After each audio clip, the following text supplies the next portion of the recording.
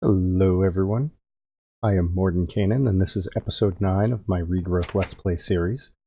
In between episodes I spent some time putting together some of the materials I need to build an automated mana farm. In order to get auto farming of these crops I'm going to be using Botania, which is going to require quite a bit of mana and a constant supply of it. Up until now I've been using these endo flames, and I built this little dropper setup that I can load up this chest with coal, and it just automatically feeds it down to the endo flames as needed. I could keep using something like this, but I really want to try to put together something better. So what I've done is down underneath my farms here, I have opened it up so that I have space for any machinery that I need for the auto farming, and I've made this big hole in the ground here. And that is going to house at least the first couple of auto mana generators.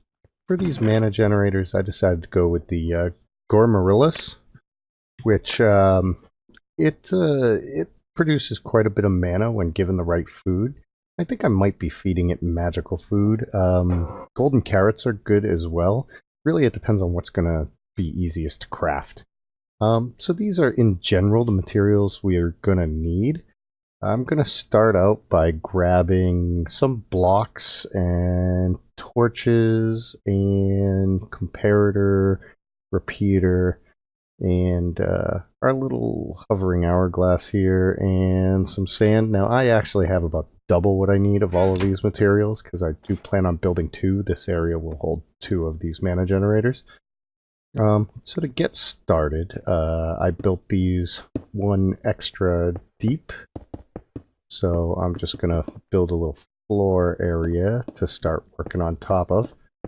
And one of the things that I like to do is any block that I have redstone or something similar on top of, I like to make it a different material. That way, if I'm mining, I know that I should not dig that block up if I encounter it. So I'm gonna start by replacing these blocks with this block. This is just a random block that I chose to use as my material. And I'm going to be building this a little bit backwards. So this is actually, the bottom layer here is actually kind of the output stage for all of the circuitry that runs the thing. So basically what's going to happen is it's going to automatically feed the food to the flower, whatever that food is. It's going to do it on a time cycle. And what I want it to do is monitor how full the mana pool is. So it only turns on if it needs to generate mana. That way we're not wasting food by feeding the Gormarillus, even when it's not necessary. Depending on the plant in question, you may not need this whole setup if you're using some other plant. But the fundamental circuitry involved here for monitoring the mana pool and triggering whatever is feeding your plant to feed it on a regular cycle can be reused for any number of different plants. So as I said, I want it on a time cycle. So let's start by laying down a timer. And with Gormarillus for the magical food, it's about a 20-second timer you need. We'll get into the reason for that later. And I want this to only pulse the open crates to drop the food when the mana pool needs mana. So basically, I want, when the mana pool needs mana and the hourglass pulses, to send a pulse on. So I'm going to build myself a little AND gate, and I'm going to build this particular AND gate. There's a bunch of different ways you can build a redstone AND gate. I'm going to use this one, and the main reason I'm going to use this one is because it is only one tall. Most AND gates require 2 vertical spaces. And for this AND gate, you're going to want both of these comparators set to subtract mode, which is that redstone torch in the front up and on. So now you'll see if I put a little piece, let me get some redstone here.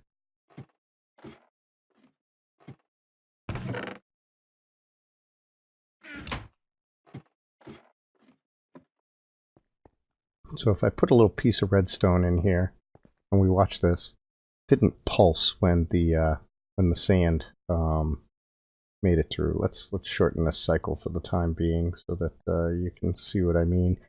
We'll take it down to 10 seconds.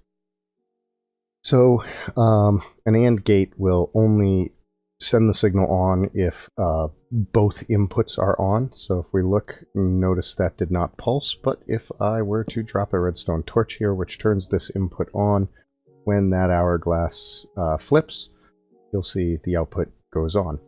So this is a pretty simple AND gate, and let me just fix my timer back to the 20 seconds that I want it to be. Now, the next thing we're going to need is a piece of circuitry to keep track of whether the mana pool needs mana. So this is essentially an on-off switch. So I'm going to use an RS NOR latch, and this is a pretty rudimentary piece of Minecraft redstone. Basically, it just provides something that you send it a signal, it turns on, and it stays on until you send it another signal and it turns off. And basically what that lets you do is it lets you remember a state. So to demonstrate here, as you see, this redstone torch is on, it's powering this. So when that triggers, it's going to send the pulse out here. And this is in its on state. So we can see this is about to tick over, and we get a little red light. Now, if I just send a little redstone pulse over to this block here, and I'll just do that by putting the torch down for a second. Notice that came on and stayed on, and now this torch is off. So this is the off state. So now this this latch is holding this circuit off so that won't pulse. So I'm gonna turn this back on because I want it to default to the on state for the time being. And that is pretty much the circuitry for this level. Now I'm gonna fill in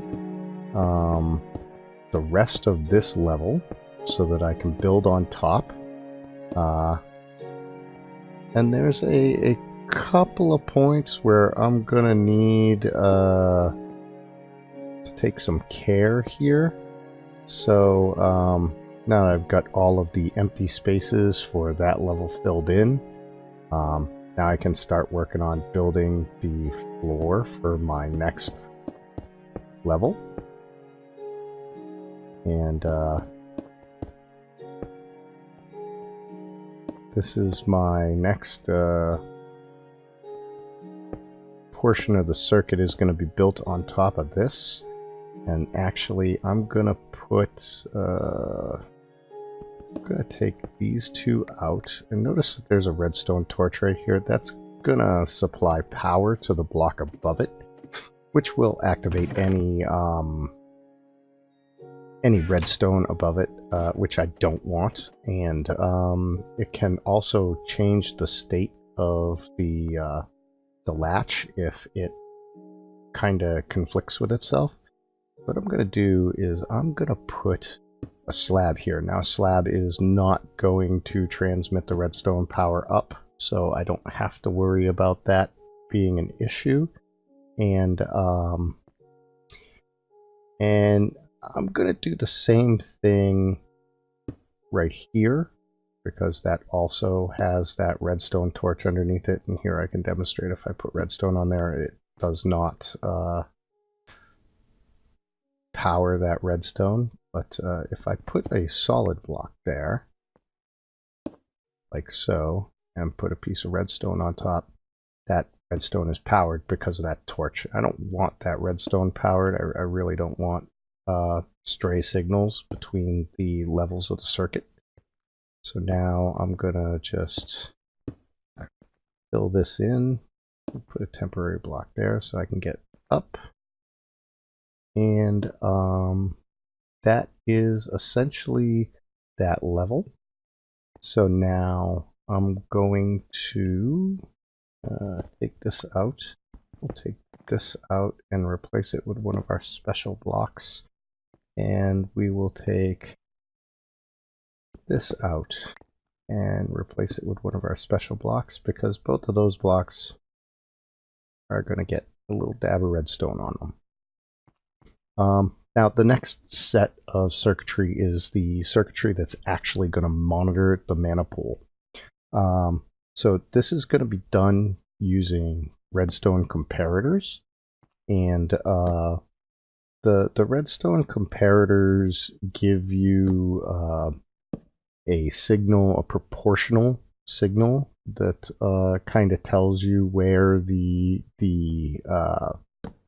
mana in the mana pool is at in relation to it being full. So, and actually, I want all of the blocks underneath these to be my special blocks, just so that I know, hey, don't dig up your repeaters and comparators. Probably real smart. That way there are no accidents. That one does not need to be a special block though. So there we go. Let's put these back.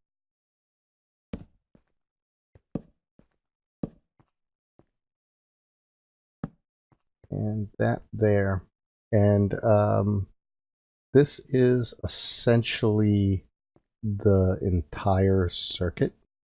So if I were to go get my mana pool,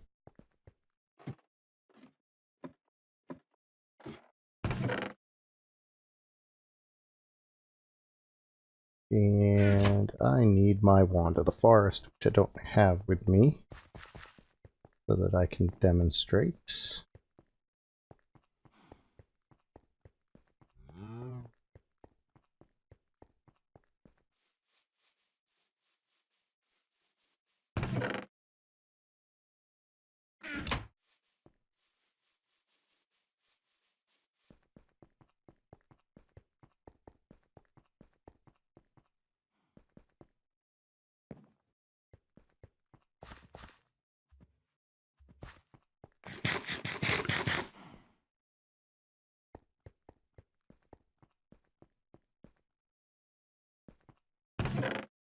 Eight books and these bookcases.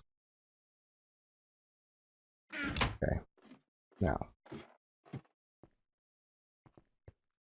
I come down here and put the mana pool there. As you see, these comparators are pressed right up against the mana pool. I'm also going to put a bookcase here and a bookcase here, which may seem weird at first, but there is a reason for it. And if you give me just a second, we'll put this book here, and we'll put this book. Actually, before I put that down, let me explain what I'm doing with these bookcases. So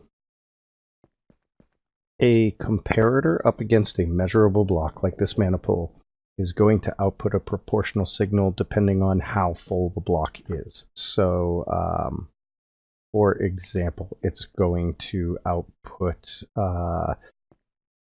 0 if the mana pool is empty, and a 15 strength redstone signal if the mana pool is full. At 50%, it will output about a 7 signal strength. So it's proportional to the fullness of the mana pool. Now, the behavior of a redstone comparator is that if it is getting input from another comparator or redstone dust or something like that from the side, it will only turn on the output when the when the input it's getting from the back exceeds what's coming in from the side. So by doing this, you can put a lower limit on when the comparator will start outputting a signal. So if I put down this bookcase here, one of the neat tricks of the Bibliocraft bookcase is you can craft this this redstone book here, redstone volume 1, just a book and a redstone torch.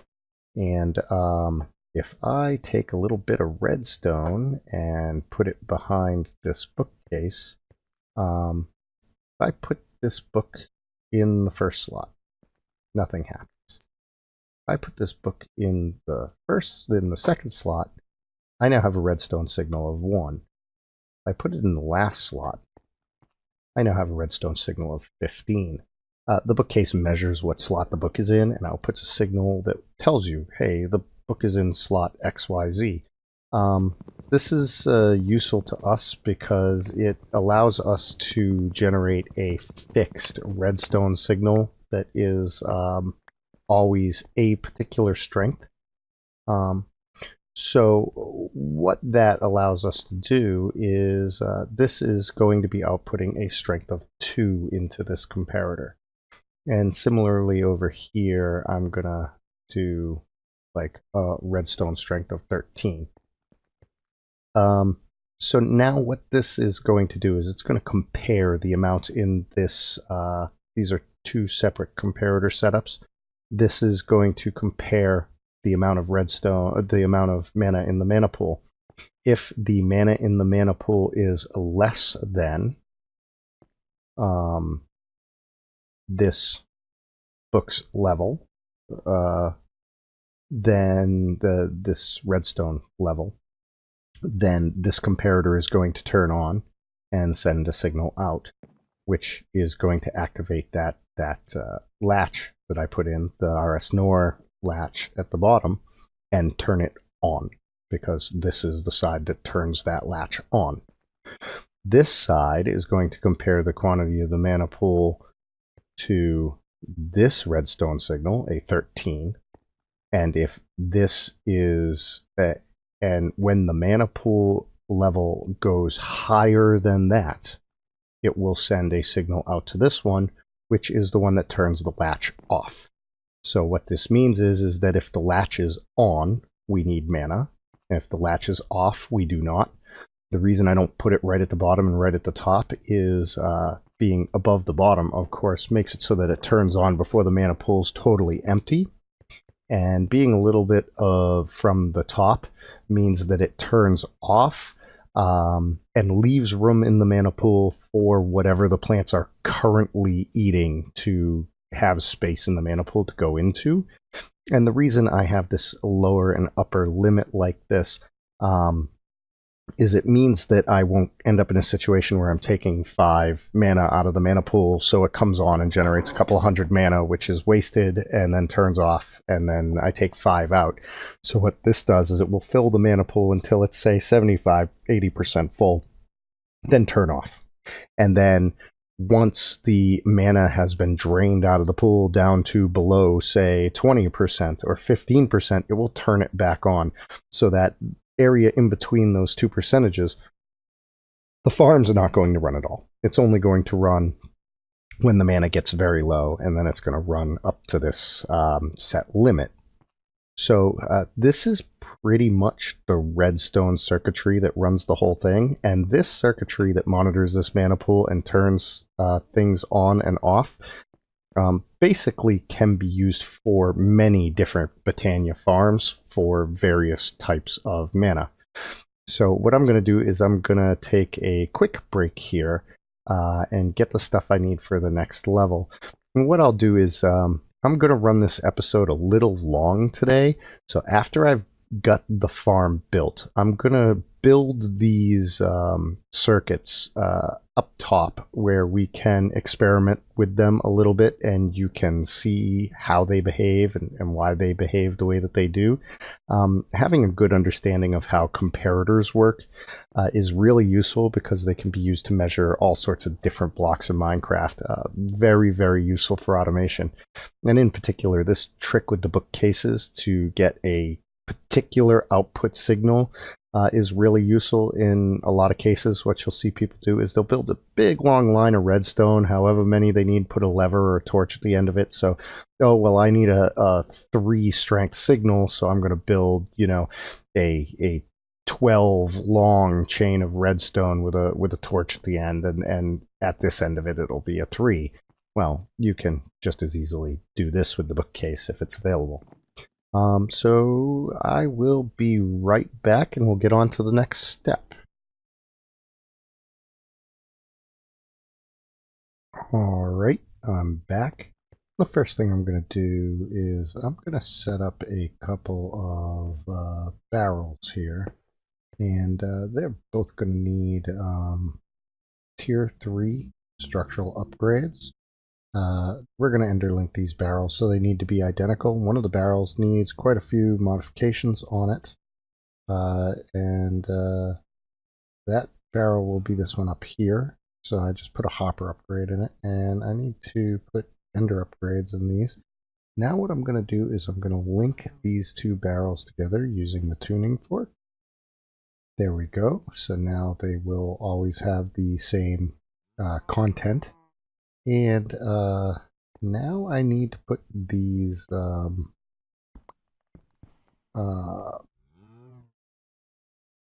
hopper facades on, which will basically cause the barrel to automatically export items in it in those 4 directions. And now I'm going to take one of these barrels and I'm going to pick it up in this dolly. And why don't we leave that there until I actually need it. That way I don't got to deal with the slowness from picking something up in the dolly. Alright, so now to go on to the next portion of this build, we're going to get a bunch of dirt here and come over here, and I'm going to build the base of where the flowers are going to sit. So they're going to sit right on top of this dirt, and all the stuff for controlling them is going to be above them. I'm going to knock that out for the moment there. It's going to make things a little easier. At which point I'm going to build up just a little bit and put a block here. And I need my open crates, which we're just gonna build these out like this. I technically only want 1 open crate at each of those spots, but I need a block to place off of, so that'll do it. And now a hopper for each of those open crates. So now I'll take out this middle block, and our flowers will go underneath the open crates, like so. So we're going to be pumping whatever our food stuff is into these hoppers, which will drop them down onto the item via the open crates. Now we need to get a redstone signal up to those crates. So I'm going to knock this spot out, and we're going to throw a redstone torch. Oh, I had them the whole time, of course. And we're going to throw one of those, let's say, here.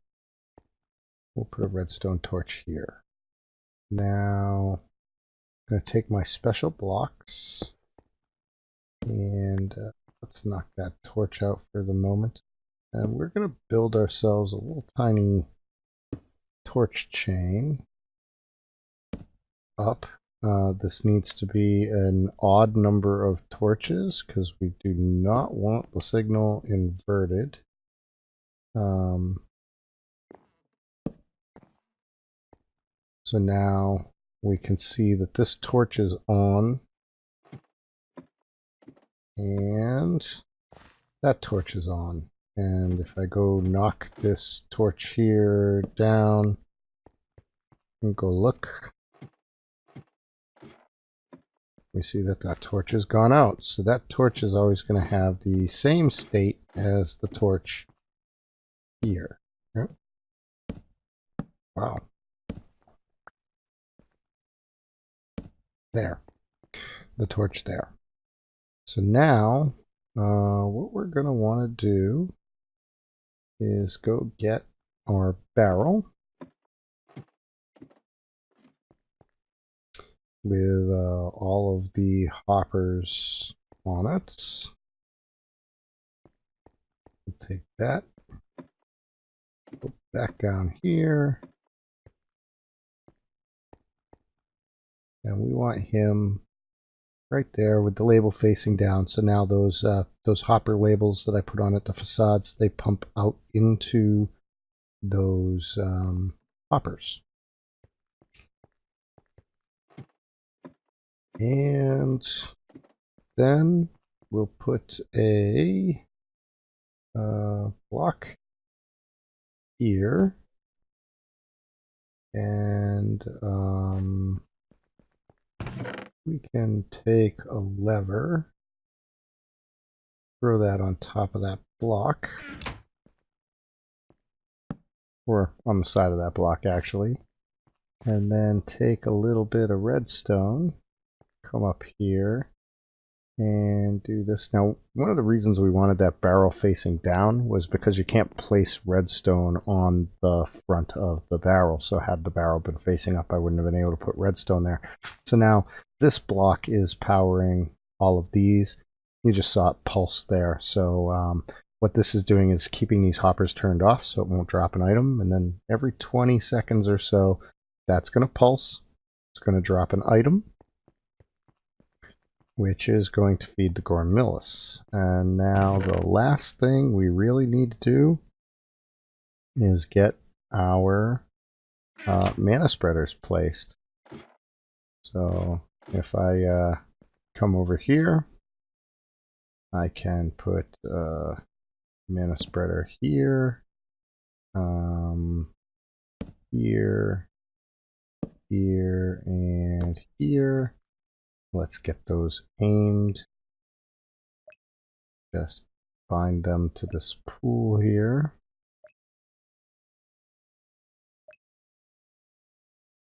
And then the quickest way to fix those flowers is just going to be to knock them down and replant them. So if I knock that flower down and replant it, now he's connected to a mana spreader. So if I look, he's the one right below him, the one right below him, right below him, and right below him, because they're always going to try to go to the nearest one. Don't need this hole here anymore. And that is pretty much it. So if I come over here, so first off, this lever is a shut-off switch. So with this lever off, this machine won't run. If I come over here and were to say put 16 of this magical food in here, it's going to pump that off into these hoppers, but it's not going to go anywhere because the shutoff switch is done. Now the circuit down there is telling the system that it wants mana. So if I flip this switch, after a few seconds, we're going to get some magical food that's going to drop. And it takes about 20 seconds for the Gormillis to process that. And once it does, we get a bunch of mana. And that all gets collected, shuttled right down here to this mana pool. Now, we're going to get the mana out of that mana pool using sparks. We're going to put a spark with a recessive augment on that mana pool. What that's going to do is it's going to send the mana in that mana pool to any nearby mana pools that have a spark on them that doesn't have an augment. And that's it. That's one of them done now. This hole's here because I'm going to put a second one beside it. I think that this setup will fill a mana pool in about 10 minutes, which I think is pretty good with 2 of them. I think it'll fill it in about 5. And just to demonstrate what I meant by sending to a nearby mana pool with a spark is if I drop a mana pool here and put a spark on it, as you can see, it's automatically filling with mana. It's just being sent from that pool down there. So that's pretty much the mana pool farm, or the mana farm. Next is gonna be auto crafting and harvesting the ingredients for the magical food, which will automatically be sent to this barrel, which will automatically send it to our farms. Now, I was talking about the behavior of the comparator and the way it works. So let's experiment just a little bit here. So if I put a torch, which I'll put signal strength 15 behind a comparator, and we look at its output is 15. And you can see that in the Wayla in the upper left-hand corner there. Now, if I put a signal into the side here, the output doesn't change, because it's going to output whatever's coming into the back, as long as what's coming into the back is higher than what's coming into the side. So if I change this circuit to the opposite here, so now we see we have 14 coming into the repeater, into the comparator, and 14 coming out. But if I put, say, a signal strength 15 next to it here, it goes off because this does not exceed what's coming in from the side.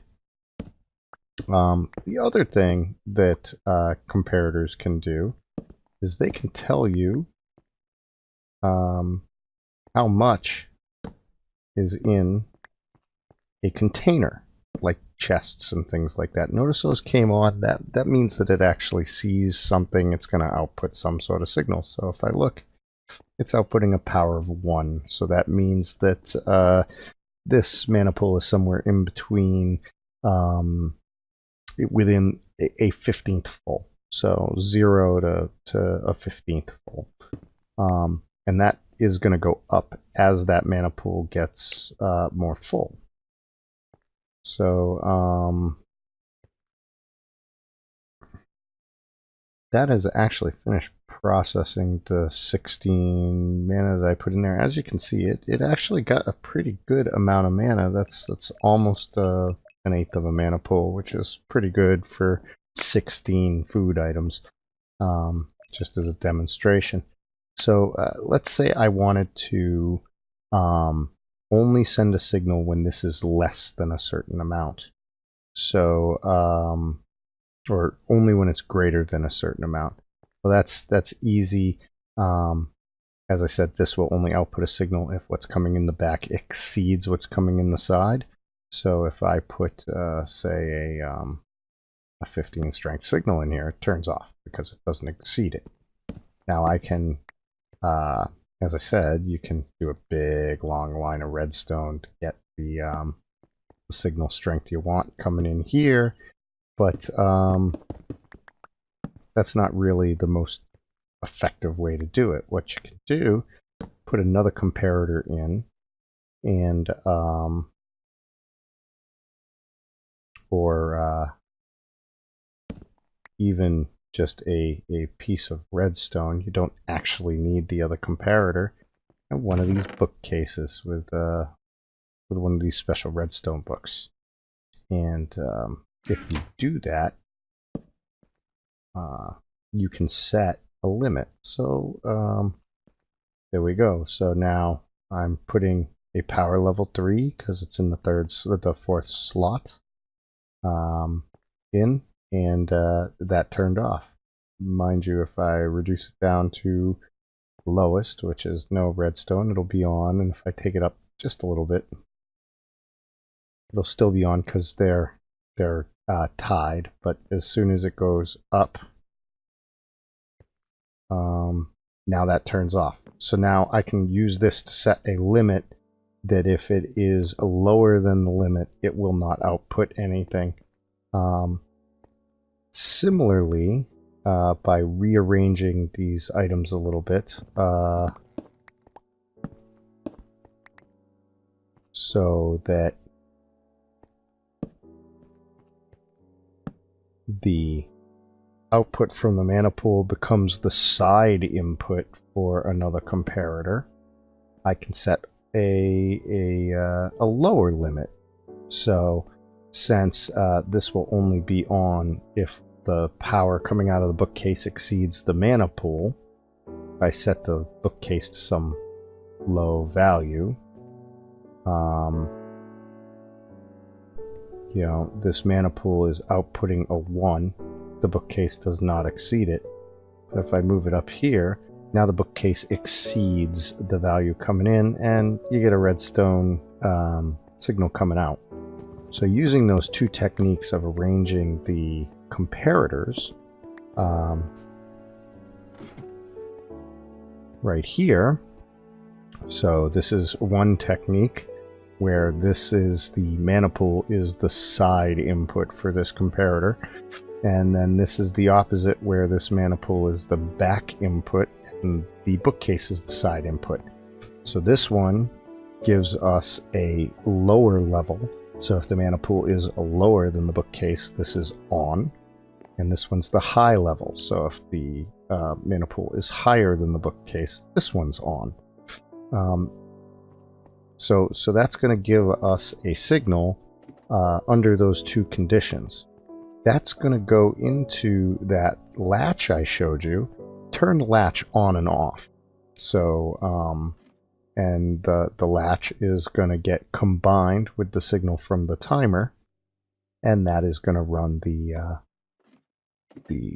droppers to drop the or the hoppers to drop the magical food. So I had about 31 magical food on me. I already threw 16 in there. I'm going to throw the remaining 15 in. And that's going to run for just a little bit, and we'll see what we get for mana output out of it. I know I probably didn't explain it real well, and the redstone can be tough to understand, but this is actually a really simple setup, and it works really well. This will even work with the endo flames that I had upstairs, this same circuitry, although you don't need the timer, and the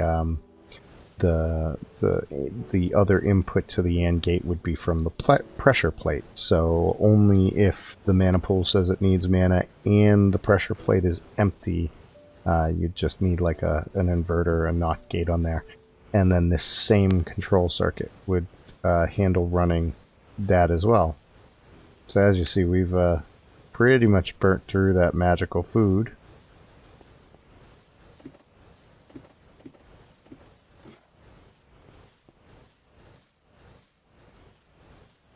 And just waiting for those to stop shooting, which they have, and there we go. That's almost a quarter of a mana pool from a half a stack of food, which is pretty good. And as you saw, it went really fast with two of them side by side. It's going to go a lot faster. And then after that, I'm just going to start setting up the auto farming and some auto crafting to automatically craft the magical food, which is going to keep these full all the time. And if you have any questions about the way this system works, if you want me to try to explain the way it works maybe a little more clearly, just leave a comment and let me know, and I can revisit it. I use this circuit quite a lot in various Minecraft playthroughs. Another thing it's real useful for is monitoring power storage. This pretty much exact same circuit, instead of a mana pool, you'd have whatever you can read your power levels from there. Say like some sort of capacitor bank or something like that. And what that's going to do is it's going to monitor your power levels and do the exact same thing. When the power starts to get low, it'll turn your generators on. Then once the power reaches a certain threshold, it will turn the generators off. And that'll make sure that your generators don't oscillate because you've got some minimal power draw that takes you below your threshold, and then you generate a bunch of power to get up above, and then you get brought below the threshold again. So having this hysteresis in the system will help prevent that oscillation. It kind of buffers a little bit.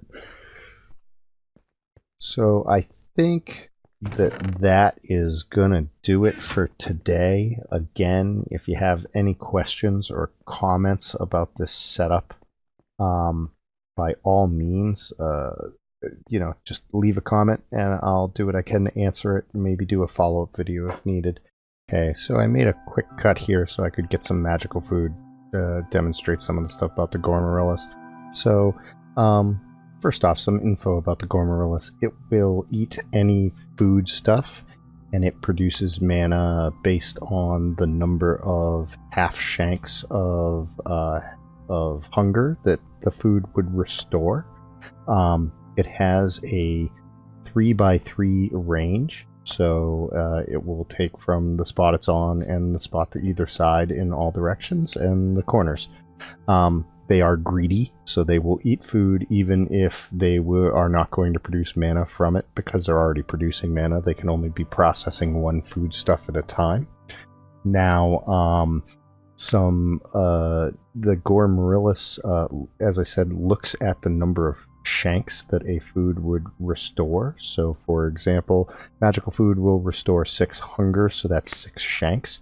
The first thing to note is that when a Gormarillas consumes a piece of food, it takes a number of seconds equal to the number of shanks that food would restore. So to eat a magical food takes 6 seconds. So it won't produce any mana for that first 6 seconds, and then it will fill its internal buffer, and then you got to get the mana out of there with a mana spreader. Now the internal buffer is 8,000 mana. And a food produces mana equal to the square of the number of half shanks that it restores times 64. So since a magical food restores 6 shanks, that would be the square of 12 times 64, or a little over 9,000 mana. So the magical food actually produces more than the Gormarillas can hold. You're losing a little over 1,000 mana per food. Something like a golden carrot produces like 7,700 or so, so it might be a little more efficient because you won't lose any mana, but would also cause the farm to run just a little bit slower. Golden carrot, I think, only restores 5 shanks. So they are greedy. They will overeat and not produce any mana, and they will steal from each other if they're within range. So you got to make sure that they're spaced out enough. So once it eats that food, it's going to take about 6 seconds. Then it's going to fill up its buffer. You got to get the mana out of it as quickly as possible. I'm using Elven mana spreaders. If you're using, say, like a Gaia mana spreader, it'll get the mana even faster. But with the Elven mana spreaders and the magical food with the 6-second delay, that's what determines that 20 seconds that I'm waiting there. That's about how long it takes for the Gormarillas to consume the food and then for the mana spreader to get the mana out of the Gormorillus. Now, a mana pool holds about 1,000,000 mana, so as you can see, like just a quarter stack or half stack of the magical food was enough for a quarter of a mana pool, which is pretty significant, and it went pretty fast. So if I were to, say, provide another full stack, that is probably going to take me up to about 75% of a mana pool, or pretty close to the point that the machine's going to shut down, or would shut down if I wasn't running it off to another mana pool. As it is, this is going to make sure that the generator just saves a buffer, so it's going to fill this pool completely, and then it's going to fill this pool to 75 to 80% full, and then shut down. Now, the different generating plants in Botania have different characteristics, so just because a Gormorillus acts like this, don't expect something else to act that way. Yeah, so when I put in my second farm, I'm going to leave this strip empty. And what that's going to do is it's going to make sure that the Gormorilluses are spaced out enough that they won't fight for food, even though they will overlap their range on this spot. Because the open crate is dropping the food straight down on this Gormorillus, it'll never end up on this shared block, so I don't got to worry about the two plants stealing food from each other. If your Gormorilluses do steal food from each other, what'll end up happening is you'll have one that is producing mana, but it's eating the other's food, and you'll have another that isn't producing mana at all because it's not actually getting any food, because it's all being eaten by one of the others. So you can't pack these plants too tightly together. So again, if you have any questions or comments, please let me know, and I'll see what I can do. And on that note, everyone have a good night.